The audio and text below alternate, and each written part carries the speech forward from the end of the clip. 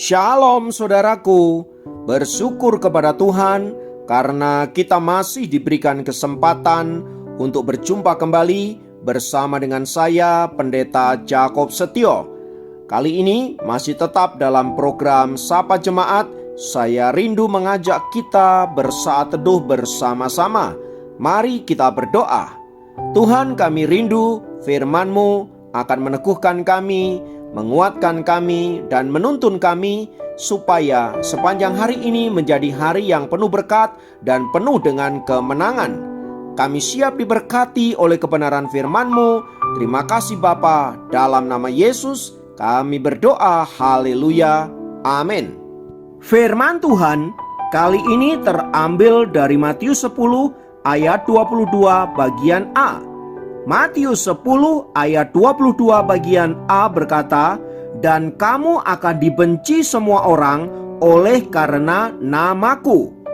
Saudaraku, ayat firman Tuhan di atas ingin menegaskan kepada kita bahwa bila ada anak-anak Tuhan yang hidup menuruti firman Tuhan, lalu mereka dibenci oleh dunia ini, sesungguhnya yang mereka benci bukanlah anak-anak Tuhan itu, melainkan Tuhan itu sendiri.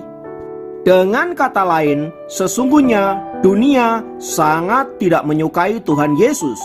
Dunia sangat membenci Tuhan Yesus, dan dunia menolak kehadirannya di tengah-tengah dunia ini.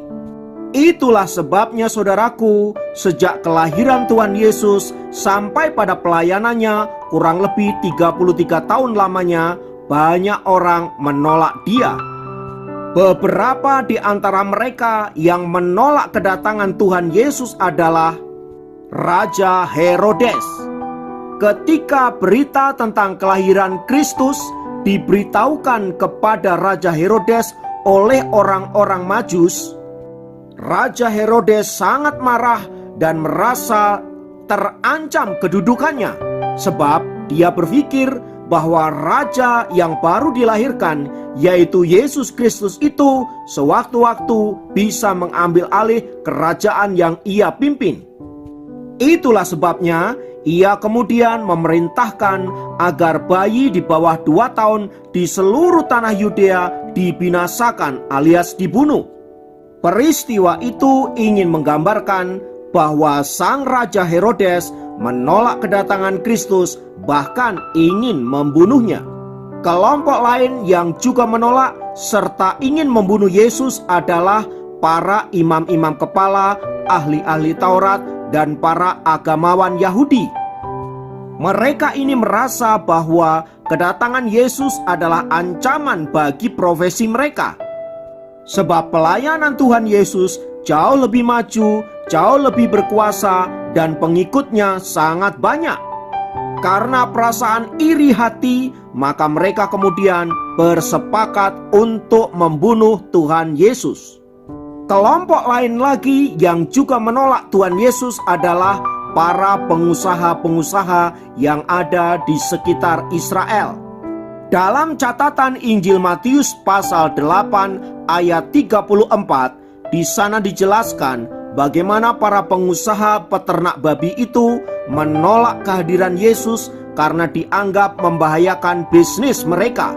Selain dari kelompok orang-orang tersebut di atas, saudaraku, sebagian besar di antara masyarakat Israel juga menolak Tuhan Yesus dan menganggap ia adalah seorang gila dan kerasukan setan.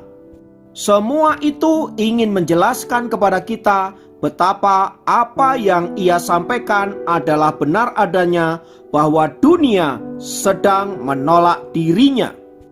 Maka apabila ada orang-orang tidak suka dengan anak-anak Tuhan, tidak suka dengan kekristenan, dan tidak suka dengan hal-hal yang rohani, itu sesuatu yang memang sudah Tuhan katakan. Sebab pada prinsipnya mereka tidak menyukai Tuhan Yesus. Pada prinsipnya mereka menolak Tuhan Yesus, sehingga mereka menolak pula murid-murid yang mengasihi Dia.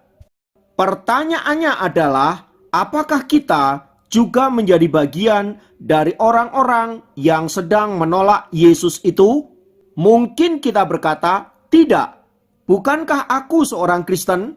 aku pelayanan, aku ke gereja tiap minggu, dan lain sebagainya.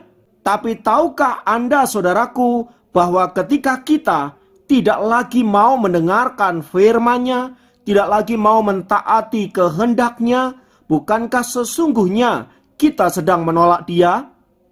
Bila dunia sedang menolak Kristus, adakah kita juga menjadi bagian dari mereka itu? Saya berharap kita tidak menjadi bagian dari mereka yang menolak Kristus. Oleh sebab itu, saudaraku, sebagai orang-orang percaya, mari kita tidak hanya senang karena kita sudah diselamatkan, mari kita juga belajar untuk senantiasa dengar-dengaran akan suara Allah dan mentaati kehendak-Nya, supaya kita didapati sebagai anak-anak yang memuliakan nama Tuhan. Karena itu, mari kita tidak sekedar menjadi Kristen, tetapi mari kita menjadi seorang Kristen yang sejati, yang hidup menuruti kehendak Bapa.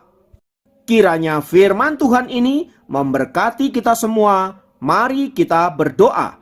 Bapa, kami menyadari betapa rapuh dan lemahnya kami. Oleh sebab itu, kami rindu Roh-Mu yang kudus senantiasa menuntun kami, membawa kami untuk hidup senantiasa menyenangkan Engkau. Terima kasih Tuhan, biarlah firman-Mu tersimpan dalam hati kami dan boleh kami praktekkan dalam kehidupan kami supaya kami senantiasa memuliakan nama-Mu. Terpujilah Engkau kekal selama-lamanya. Dalam nama Yesus kami berdoa dan bersyukur kepadamu. Haleluya. Amin. Demikian program Sapa Jemaat kali ini. Sampai jumpa dalam program Sapa Jemaat yang lain. Tuhan Yesus memberkati.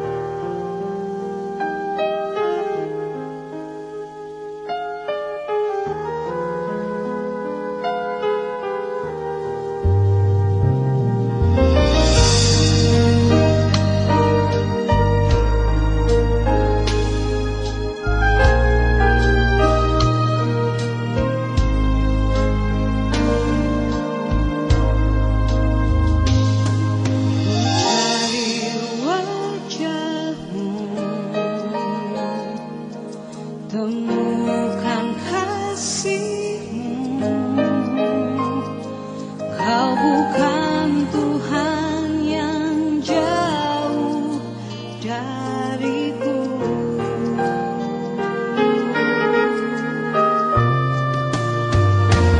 Panggil nama-Mu, ku dengar